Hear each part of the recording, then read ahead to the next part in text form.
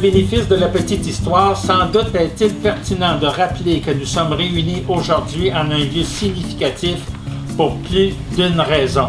Si le Parc des cultures et le monument commémoratif acadien ont pu voir le jour, c'est d'abord et avant tout grâce à une collaboration et un partenariat d'une pléiade de partenaires. La municipalité de Saint-Jacques et la fabrique de Saint-Jacques, devenue la fabrique Notre-Dame de l'Acadie, ont convenu conjointement de l'utilisation du terrain pour une période de 40 ans afin d'en faire un lieu de souvenance, de la promotion de la culture et de la tranquillité. Ouvert à toute la population et aussi aux descendants du Grand Dérangement, soucieux de suivre le parcours souvent combien difficile de leurs ancêtres. Qui dit Grand Dérangement, déportation, exil en ce coin de pays, peut difficilement ne pas penser à Madame Évangeline Richard qui, depuis des années, se fait un devoir au regard de l'importance à accorder à la mémoire de celles et ceux qui ont façonné cette nouvelle Acadie en terre lanaudoise. Je représente ici Tourisme Lanaudière et je suis fière de dire que je suis fière de Saint-Jacques et de sa vision. Tout d'abord, avec les fêtes gourmandes, vous avez éveillé les gens à l'agrotourisme dans Lanaudière.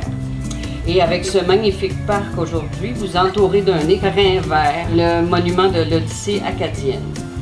Et cet été, lors du Congrès mondial acadien qui aura lieu au mois d'août, il y aura le lancement d'un répertoire du patrimoine acadien au Québec qui fera connaître les lieux, les personnages et les endroits, les monuments acadiens. Ce sera par le fait même un guide touristique et Saint-Jean qui fera très bonne figure. Et un petit mot aussi pour souligner que ce répertoire a vu le jour grâce à une idée lancée par quelqu'un d'ici, Isabelle Marcelet.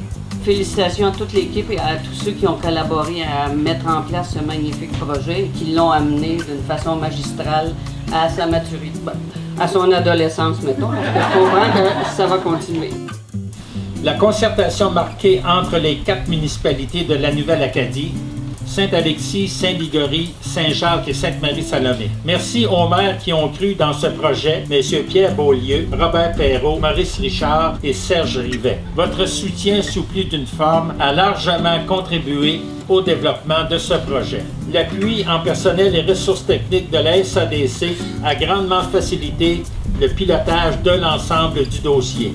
Parmi les partenaires majeurs venus en appui à la concrétisation du Parc des cultures, mentionnons la MRC de Montcalm par le pacte rural. C'est avec beaucoup de fierté que je prends part ce matin à l'inauguration de ce parc dans votre magnifique municipalité de Saint-Jacques. Quelle belle initiative que ce projet de parc. Au mois d'août dernier, on était ici pour l'inauguration du monument. Alors c'est vraiment un beau lieu de recueil. Alors ce parc deviendra sûrement un endroit de prédilection pour les familles, les artistes et les amateurs de la nature, et aussi un moment de détente. La MRC se réjouit de ce projet et est fière d'être parmi les généreux donateurs. Ce nouveau parc représente une nouvelle richesse qui vaut le détour et qui mérite d'être découvert par les Montcalmois et les Montcalmoises du territoire. Chères Jacobines, chers Jacobins, distingués invités, me fait plaisir de vous recevoir ici aujourd'hui à Saint-Jacques dans ce merveilleux parc. Aujourd'hui, nous vous présentons le Parc des cultures que nous souhaitons faire connaître pour sa beauté et son ambiance relaxante. Ce parc a été créé afin d'offrir à tous nos citoyens et aux gens de la région un espace apaisant et serein pour les jeunes et les moins jeunes, au milieu d'un environnement de verdure, un endroit idéal pour se détendre, essayer de pique-niquer ou tout simplement venir lire un bon livre. Cette réalisation s'inscrit dans une démarche de développement durable afin de permettre aux générations futures d'en profiter et de réaliser aussi que les prédécesseurs ont quand même un peu pensé à leur bien-être. Ce projet déjà très avancé n'est cependant pas terminé, loin de là. Ce parc accueillera bientôt une vingtaine de bancs commandités par des familles de la région, de chez nous, dont plusieurs porteront le nom des familles fondatrices afin de bonifier le volet culturel de ce parc. Dans la deuxième phase de sa réalisation, ce parc se verra doté d'autres jardins et vous voyez la terre de l'autre côté va servir à faire un petit amphithéâtre naturel gazonné devant lequel il y aura d'autres infrastructures et on va tenter de reproduire l'ancien kiosque à musique qu'il y avait dans les années 20 devant l'église et qui avait été transporté après au parc Aimé-Pierre.